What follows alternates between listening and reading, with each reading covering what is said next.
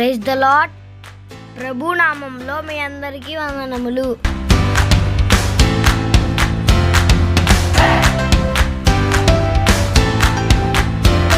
ఈరోజు దేవుని వాగ్దానము.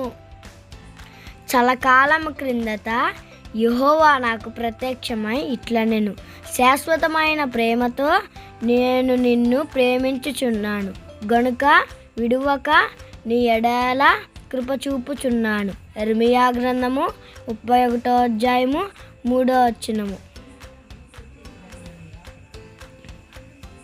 The Lord hath appeared of old unto me, saying, Yea, I have loved thee with an everlasting love.